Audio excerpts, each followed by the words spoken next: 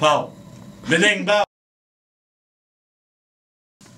Beding, bedang! Hein? Marty!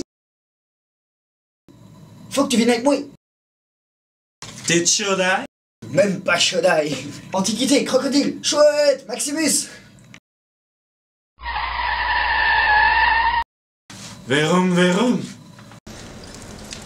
Oui, monsieur.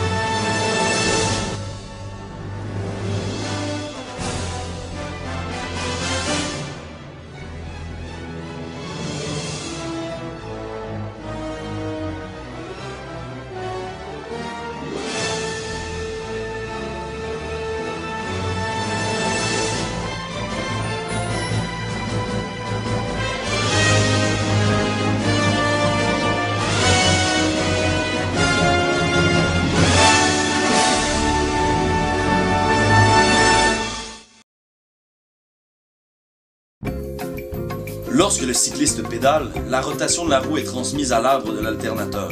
Cet arbre est entraîné via un réducteur qui permet de réduire l'effort demandé au cycliste tout en maximisant le courant de sortie du circuit. Plus de 200 watts sont alors envoyés au véhicule pour le recharger. Tandis qu'une partie de cette énergie est emmagasinée dans le véhicule, une autre partie est transmise directement au bras chargeur de poche, ce qui active automatiquement son déplacement latéral. Rendu à l'extrémité, le bras chargeur cesse d'avancer et débute sa descente vers le bol de poche. Simultanément a lieu l'ouverture de la pince dont les aiguilles se faufilent entre les fibres de tissu des poches. À l'aide d'interrupteurs limites, les pinces se referment et le bras remonte. Vient ensuite un retour latéral jusqu'au-dessus de l'entonnoir, suivi d'un relâchement des poches. Assisté de 4 moteurs, l'entonnoir assure que les poches soient relâchées une par une. Le convoyeur de poches est le système qui permet au véhicule de stocker, de transporter et de lancer un maximum de 4 poches à la fois. Des rambardes en carbone permettent de guider les poches le long du convoyeur. Lors du lancer, un rail guide le convoyeur afin de l'approcher de la cible. Un sonar haute précision détecte les trous dans la cible rotative et permet la synchronisation de la séquence de lancer. Finalement, le système de propulsion direction est le système principal du véhicule. Celui-ci a été conçu à l'aide de blocs Lego, ce qui permet de le modifier rapidement au besoin. Des bras de guidage indiquent au véhicule sa distance par rapport aux murs latéraux, ce qui lui permet d'ajuster sa direction. Le convoyeur de poche ayant été conçu avec la modularité en tête, peut être retiré du véhicule en quelques secondes, permettant ainsi de diminuer le poids total pour accélérer la vitesse du véhicule et augmenter la durée de vie de la batterie.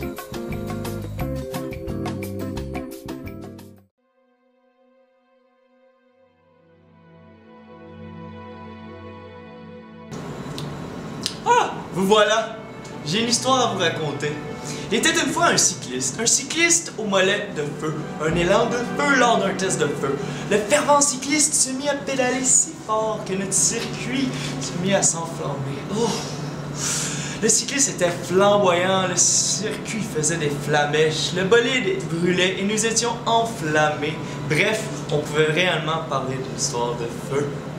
Cette fable n'est pas qu'un simple moment de vie, elle a enfin un objectif bien précis. En cas de doute, protégez vos circuits.